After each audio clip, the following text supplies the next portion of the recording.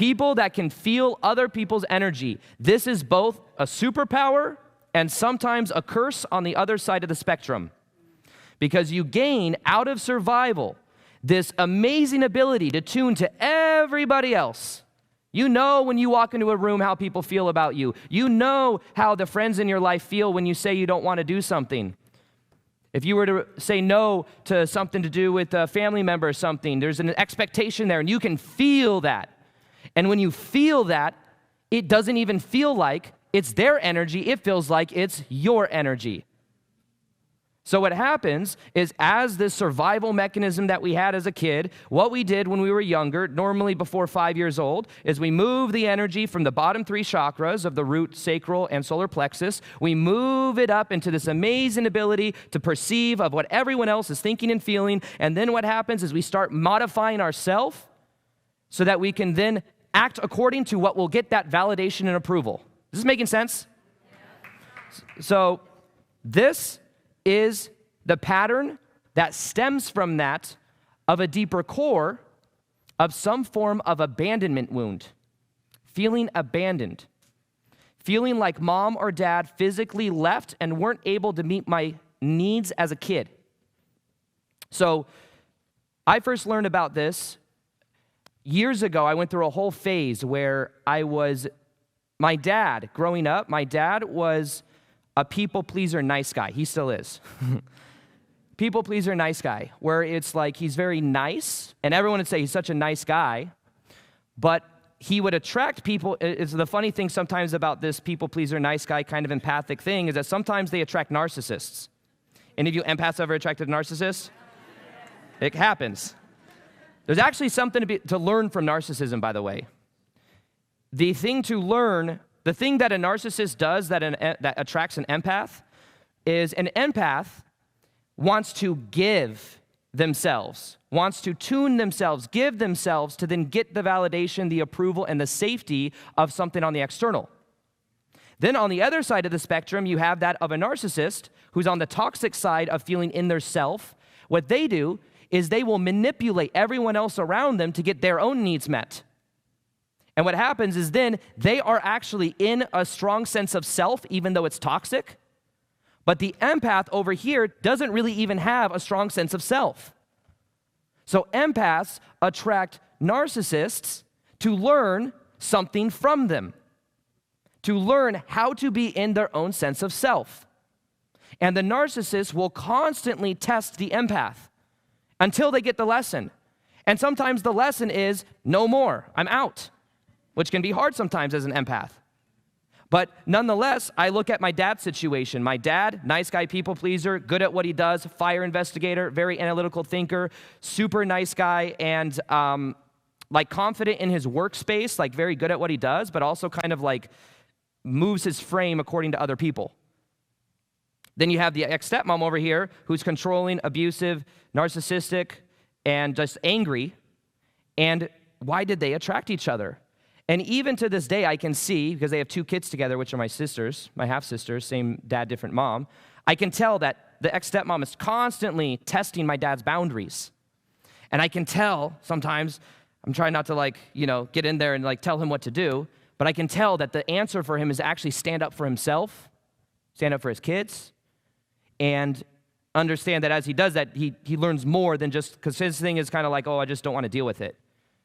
I don't want to deal with it, don't want to deal with her, just make her happy, do what she needs, even though it kind of feels fake, So back in the day, I was looking at this about 2 or 3 years ago. I was living in Sedona, and I was looking at these energies, and it was hard for me to look at because I realized there was a certain part of myself that was people pleaser. There was a certain part of myself that was like modifying what was authentic for me to make other people happy. I would find it very hard to say no to things that I didn't really want to do. An example of this when I started to learn it was I started to do the frame technique, which has to do with feeling inside of your body, feeling the separation between you and a candle flame. And as you feel safe in your body, your vibration begins to raise. But this one time, when I was in Sedona, I had this experience I was actually at the time in Vegas, and I had a friend whose birthday party it was. And she was going to Telluride in Colorado. And she had friends coming, And it was a 10-hour drive from Vegas to get to this place in Telluride. You could not fly straight into Telluride. You had to go to Denver, 4-hour flight, and then drive 4 hours. It just wasn't easy to get to no matter what. And at the time, I was getting ready for 2-3 weeks later, going to Costa Rica to the plant medicine retreats. So I was busy. I had a photo shoot with like a cool photographer that was like hard to book.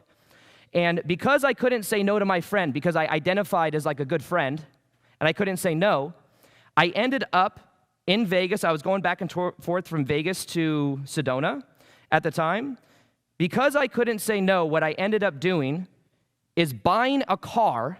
Like, I was like, I might as well buy, I ended up buying a Range Rover, driving from Las Vegas all the way to Denver because I couldn't say no. I spent, 3 or 4 days here, actually had a ton of fun, but I recognized on the way home from this, 2 or 3 days, 3-4 days in, and then I'm heading back to Sedona. I was going back to the Sedona house after that, which is like a 10 to 12-hour drive. I'm in this, it's snowing, and I have a Range Rover, but there's no snow tires. As I'm driving, I just keep seeing sign after sign after sign that says, do not enter unless you have snow tires. I don't have snow tires. I'm going around this cliff. And it's like as I brake, the car's just sliding, and there's like cliffs and shit. So I had to drive extremely slow going all the way back. Instead of 10 hours, it took like 15 hours to get back. It was, the whole time I'm driving back, even though it was fun, there were only 4 friends. Matt was there, a couple other friends were there.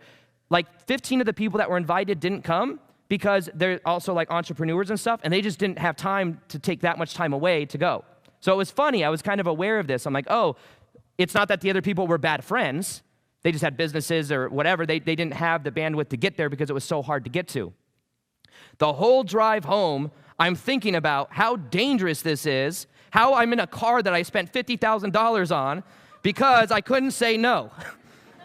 And I'm like, this is silly. And I started really looking at myself here. I'm like, this is kind of a funny situation.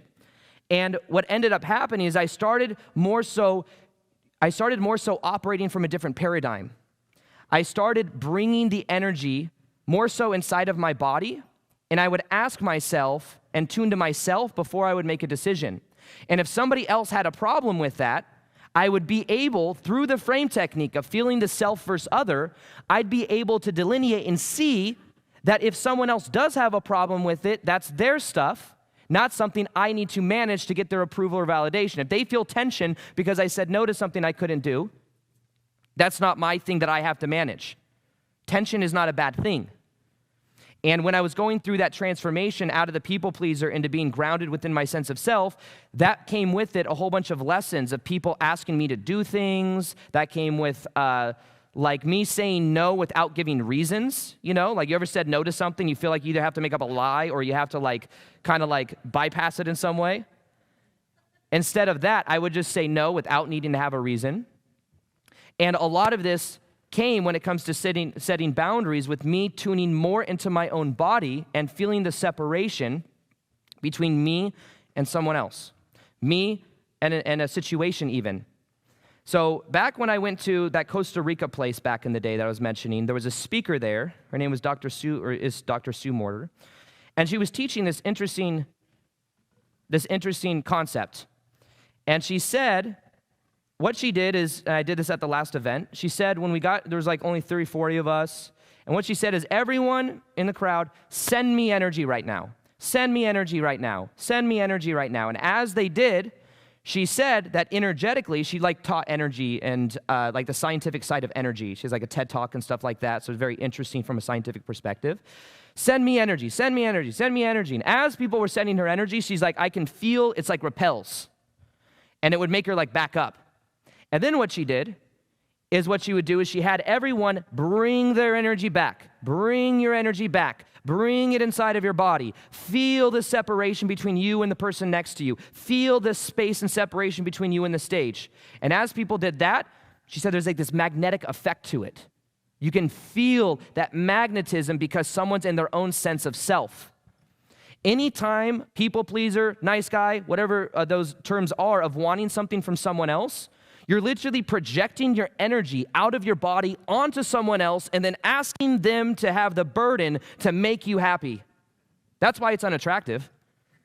It's attachment. It's attached to what someone else is doing to get something. And in the same way, we're all going to look, and I'm not, like, this isn't something we have to feel shame about or feel bad about, but in the same way, the narcissist will manipulate other people to get their needs met. It's important to recognize that sometimes people-pleasing and tuning to other people, it's inauthentic and it's manipulation. It's manipulating other people to get what you do. The narcissist gets a bad rep because it's so obvious of what they're doing to other people, but the empath, people pleaser that gives to then get is also pretty manipulative. It's the same energy. It's just different means from getting their needs met. One says, I will give to then get. The other one says, I will take and demand. Does this make sense? Does anyone see what I'm saying here? So noticing this is powerful. Awareness is always the first step. Now, how many of you would like to learn a little bit more about the inner child dynamic to this that can be healed, looked into, and felt? Yeah? Okay, we'll go into it, I guess. So, I wasn't going to, but okay. So, when it comes to abandonment, when it comes to feeling the feeling of feeling alone, the feeling of mom and dad weren't there. They may have physically been there, but maybe emotionally they couldn't help you meet your needs. What happens is at a certain age, at a certain feeling, we feel alone.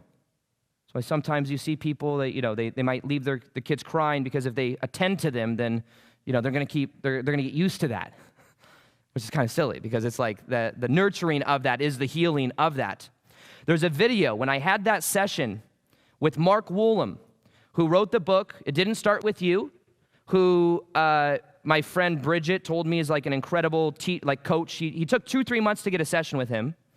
And then luckily, I got a cancellation he had for last Monday.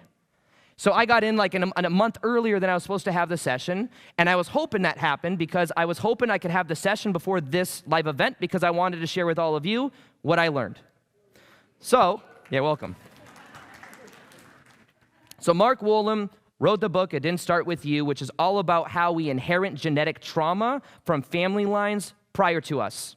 A lot of it has to do with mostly the energy of us inside of our mom, and then our mom inside of her mom. It's very strongly connected through the mom side of the family. And what happens is this energy is on autopilot, and until we do the work like all of you are doing, you are now becoming aware of these patterns. You're becoming aware of your childhood stuff, and you're able to heal it so that you break the cycle so that your kids don't have to carry with it too. And what he noticed is that a lot of times, through like the way he breaks down this book, basically people that have certain stories in their life, certain challenges in their life, you can track that back to different generations, and it's the same story over and over again. For example, my dad, people pleaser, nice guy, he had an alcoholic father who wasn't there for him emotionally, who was codependent. And we had that and funny enough, I never met my grandpa on my dad's side. I called my grandma to ask her about him. What was he like, And what my grandma said was, he just couldn't say no. There were times that he would be like at someone else's house doing like yard work and doing things for other people, fixing things for people, because he couldn't say no to them. And then my grandma would get mad because he'd be abandoning the family. He wasn't around the family as much because he couldn't say no to everyone else. And when him and my grandpa, who I never met, and my grandma broke up, it was a big deal for him because he didn't want him and my grandma to break up. So she felt unsatisfied in the marriage. He was anxious attachment, like trying to get her back. Nice, very common with that nice guy, people pleaser dynamic. So that was an energy that was active. And then you look at my dad's pattern, and it's a very similar energy. It's a very similar energy that's just been passed down. And ironically enough, even looking at my mom's side of the family, this was a lot of what we did with Mark Woolham, just to kind of share with you the process. The first hour was him asking me questions and then breaking down different aspects of the dynamics between my mom and my dad. And then how that affects my own energy and how I can heal it, how I can nurture and bring that energy inside of myself. So what he did is he looked at that and would ask me questions about my mom and my dad, and we would go through each year that I was born, like from the age of 0 to the age of 5. So from the age of 0 to the age of 5, we were kind of playing around with what did my mom feel then? What was the energy like between my mom and my dad? Was there a miscarriage before me?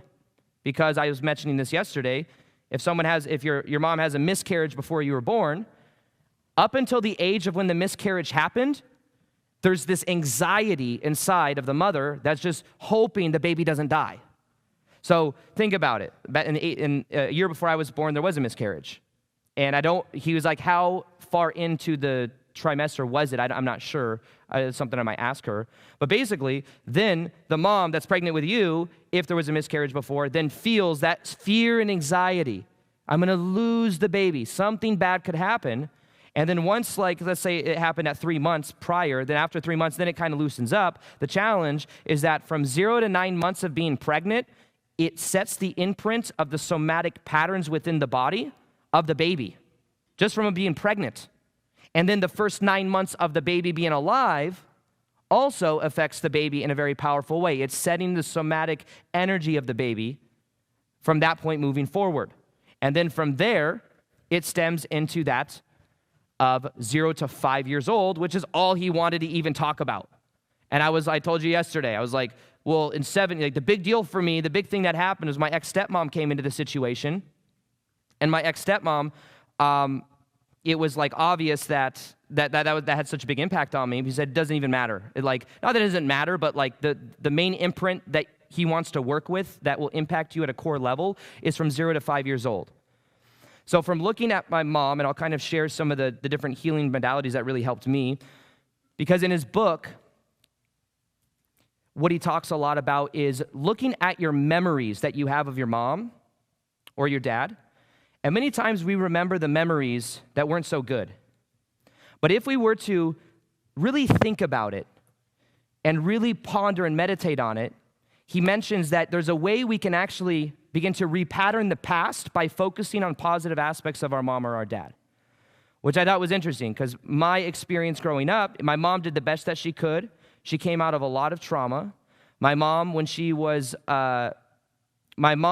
a lot of trauma growing up to where she ran away when she was 12 years old. 12, 13 years old. She had to kind of escape from her house because of all the abuse that happened. Before my mom was born, she was actually named after one of the babies like in her family that died. There were 2 babies that died in the family because of neglect. So she was one of like 6 kids. One of them died and his name was Patrick, and they named her Patty. And she didn't like the name, so she doesn't even go by Patty because she didn't like that idea. And then there was another baby. So the kids all kind of knew that they couldn't feel safe because they knew that the kids died because of the parents. So there's this fear of not feeling safe. And what happened was 13, 14 years comes around, 12, 13, 14 was when she started to break out. And then she eventually met her foster parents. And she had to literally break out the family and say a whole bunch of stuff that was happening because then they tried coming back to get her. And then she had to out them. And then she ended up, she told me the story because I talked to her a couple weeks ago about it. She went to a Pizza Hut, and her foster mom, who I consider to be my grandma, picked her up. And then she went, and then she was able to live there. And she told me, she's like, after that happened, because of all the trauma she went through, she said she was like a feral cat. She was like just afraid of everyone. So imagine someone that's been through so much trauma, they're just afraid of everyone else.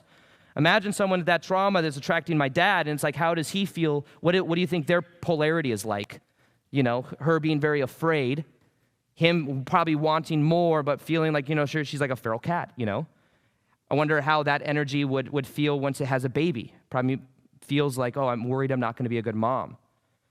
These are different energies that I've kind of been aware of because I knew my mom went through all of that. My mom's done a great job. She's been through a spiritual awakening. She's done a lot of work. However, this energy is something that I could tell definitely impacted me in my life. So when it comes to this, the power that I was able to transform from this was in recognizing that, but also I knew I was looking at the memories that I had of my mom and realizing, like many of you, maybe you don't remember that much from 0 to 5 years old, which is pretty normal because we're mainly in theta state anyways. But I had memories of my mom that when I was when I was really feeling into this, I noticed I had a lot of memories of just that kind of coldness feeling. But then I also had feelings, once I meditate on it, of my mom, sounds kind of stupid, but she'd make me like peanut butter and jelly sandwiches and cut off the crust. Little things like that. I started to realize, oh, I remember playing in the backyard with her, and we had this little like toy truck my brother and I would drive in, and it was a lot of fun. I remember I could start remembering these positive memories of my mom. And as I started to do that, I started to have more compassion for my mom. Obviously, there's an intellectual concept, like everyone's doing the best they can with where they are, which is true. But as a little kid, we don't really think, we're not that aware, So I was looking at this and also looking at the more positive memories at my mom, and I realized that as I did that, there was like an opening that began to happen. As I started to remember the positive memories, as I started to appreciate the few that were there that I was kind of blocking, that was kind of blocking out, it made me much more aware, and it softened up my relation to the feminine. It softened up my relation to that energy. Then I told my mom about this. I told her the positive memories I had, and I was kind of opening up about, because I can talk about this stuff with my mom, which is really cool. She's open to all of it.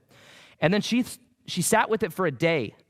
And one thing that she remembered was she told me some crazy stories that kind of like, it was fun to talk about with my mom, because I was like, Mom, you're a badass. Like when she ran away, when they came to get her from the foster parents' house, she was like in her room, and she came out, and her dad was there and was like, okay, we're coming back home. And she's like, no, I'm not going back home. She went through the back door and just started running.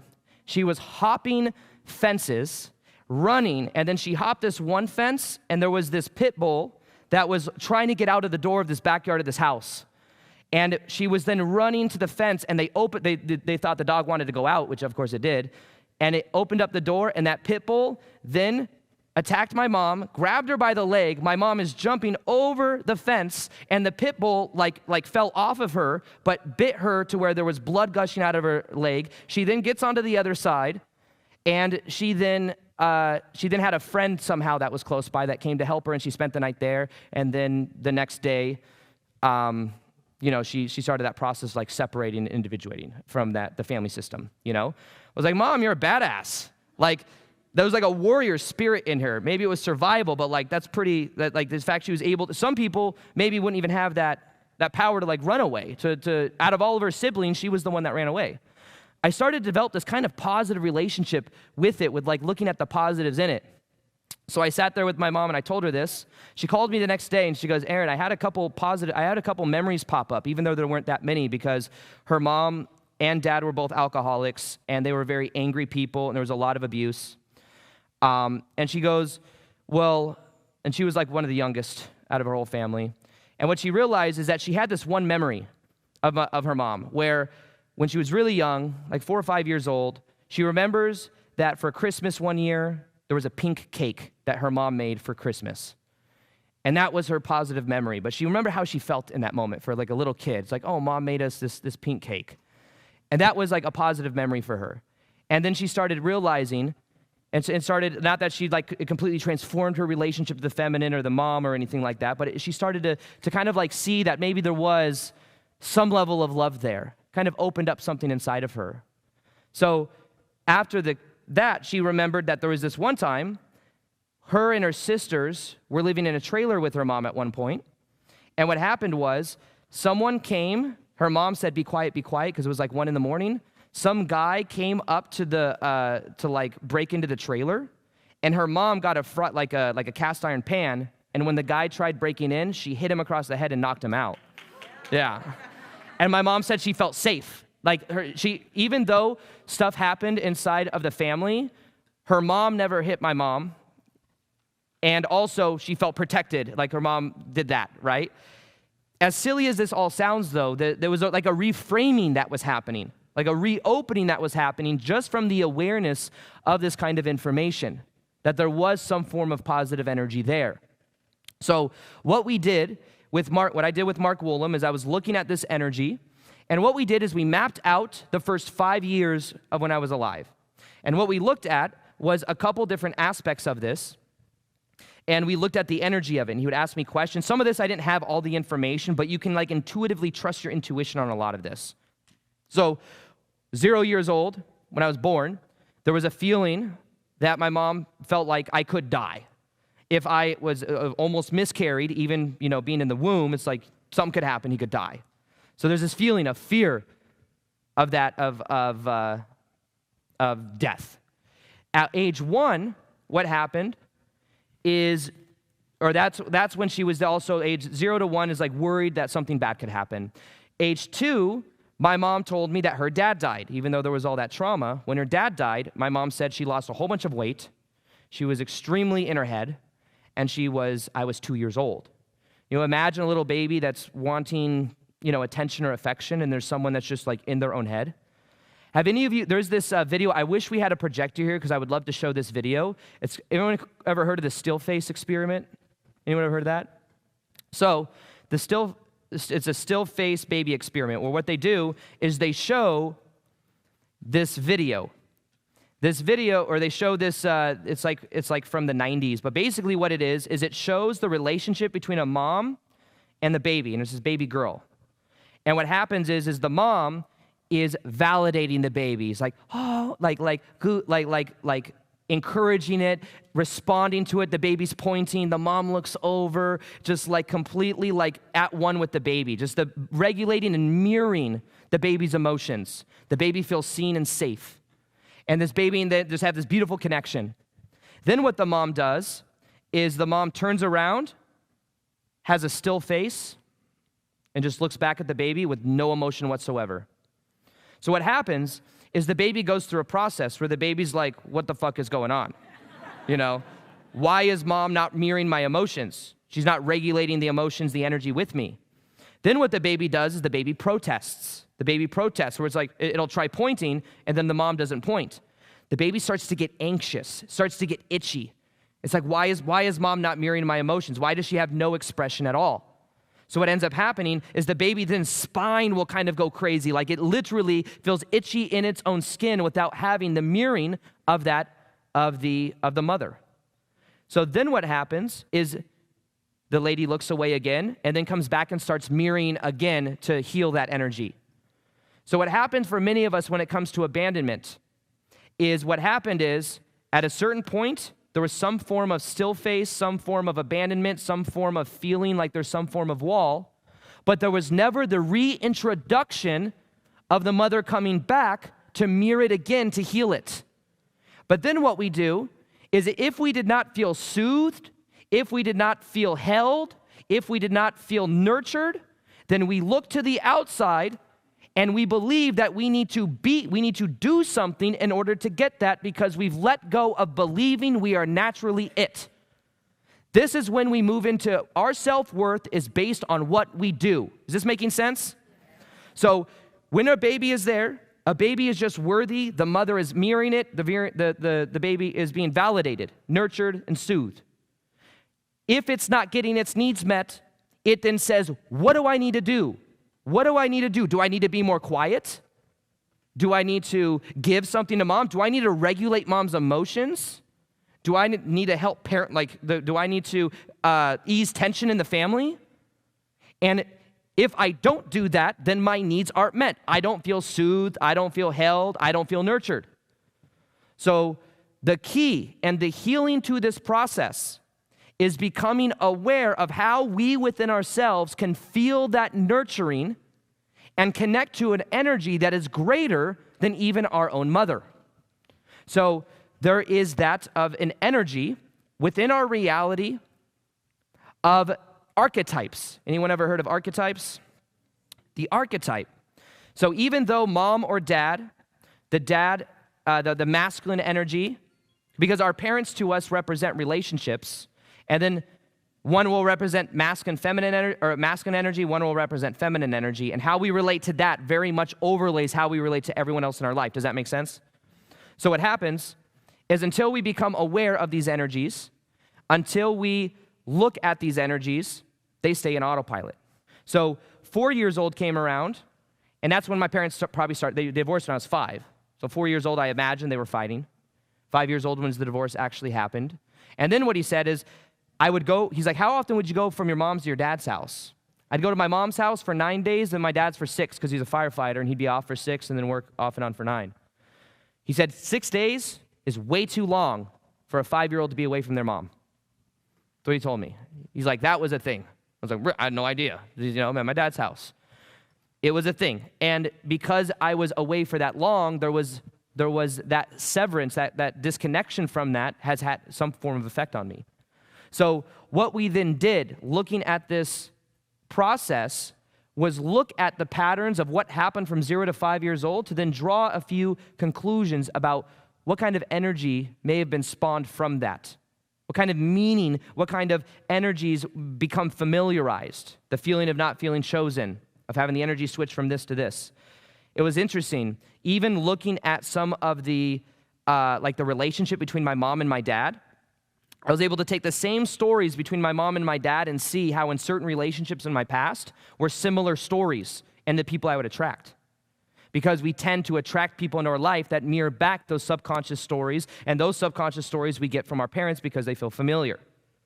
So a huge part of this healing is understanding this awareness of these patterns within ourselves, looking at it, and then making the choice within ourselves to commit to a new part of ourselves. So the do versus be thing is important to really emphasize, though. We believe we must do in order to get love and approval instead of just realizing we are already whole and complete. And that is just a premise that comes because there's some form of shame there. Shame is an emotion that stems from a belief that says, I'm broken, there's something wrong with me. And if mom and dad are physically or emotionally not there, it must have been me. Parents divorced when I was 5, they divorced. As a little kid, we think, my fault. If I was different, maybe they would stay together. We don't have the intellectual awareness that like maybe just 2 people that didn't get along. We internalize it all. So looking at these energies helps us become more aware. And here, the key to abandonment that has been very powerful for me is looking at ways I can stop abandoning myself. And what that means is tuning to myself, tuning to my body.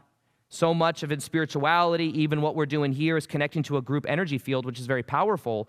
But if we forget about our sense of self within that, our individuality within that, then we merge with everybody and we think everything is our stuff. Is this making sense? Okay.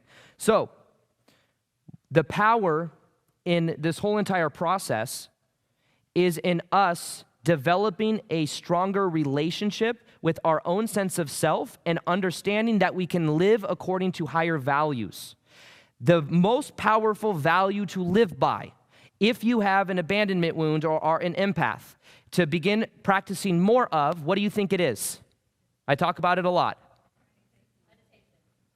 Vulnerability. Vulnerability.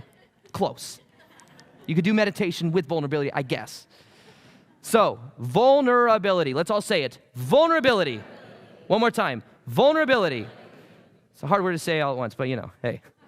Vulnerability. Vulnerability. Vulner means wound, and ability. It's your ability to go into your wound.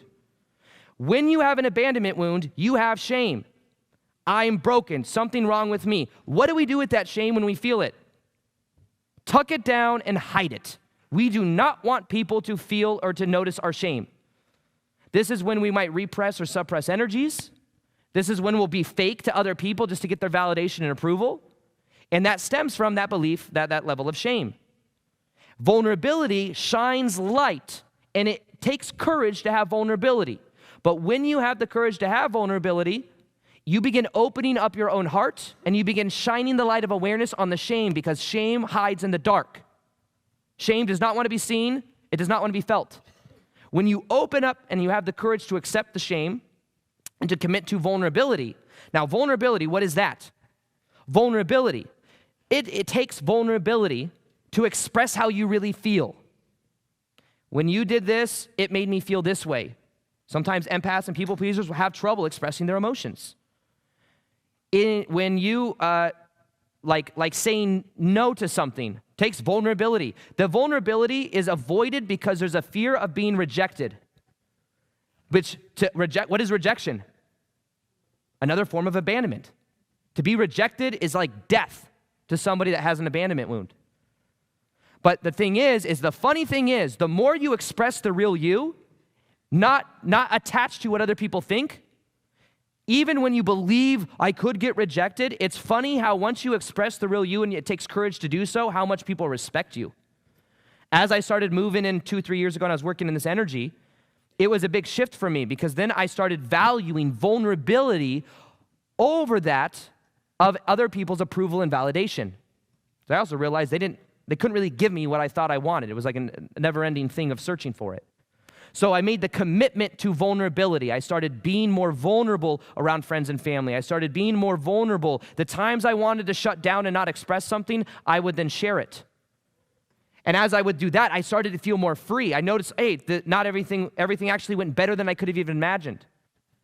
That meant I had times where I would call other friends and talk about some things from the past and stuff and kind of like clear the energy.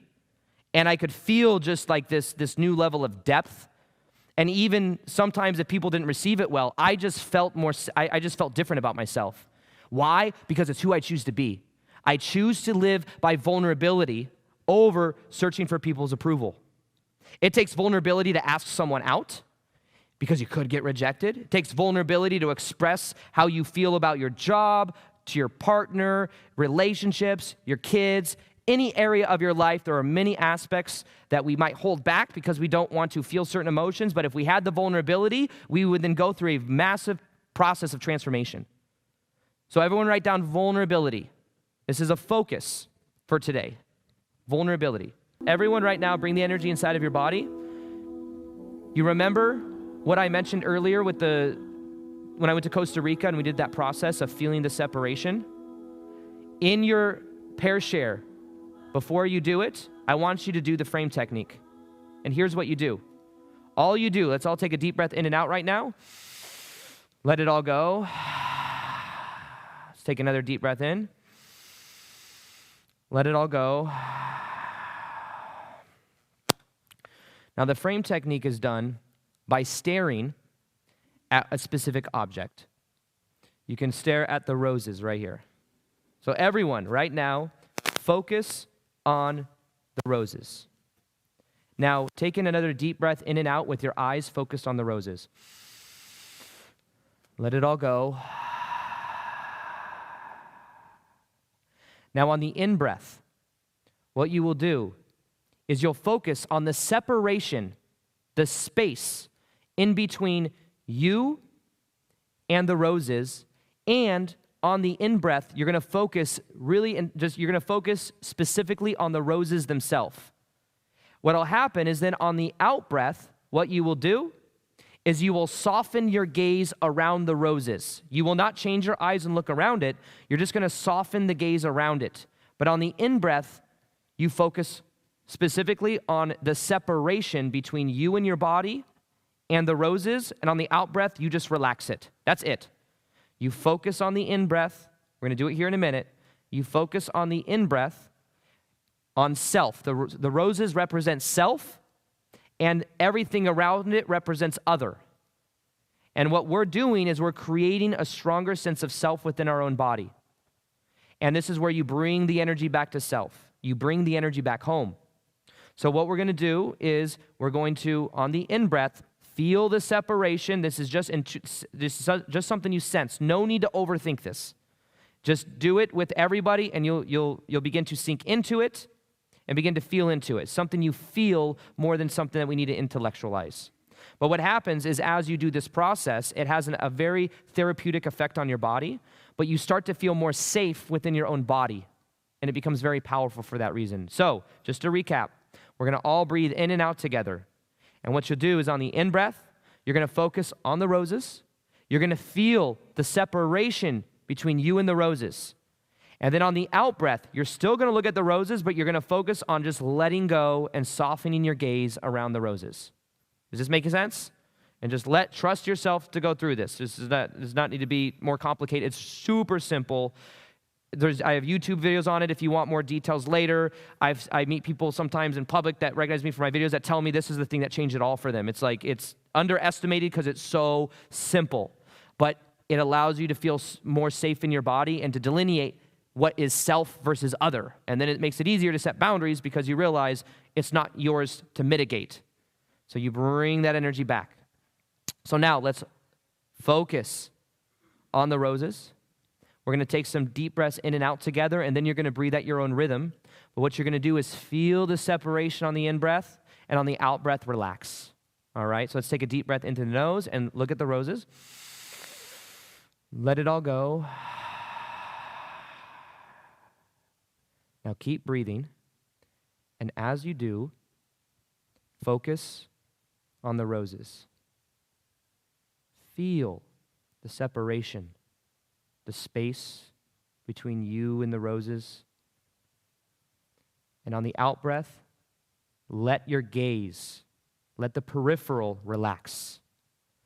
So in-breath, you feel that of the separation. On the out-breath, you relax, and you feel the connection to everything around you. Take another deep breath in. Let it go. Breathe that energy into yourself. Feeling the separation. Let it go and relax. Breathe it in. Let it go.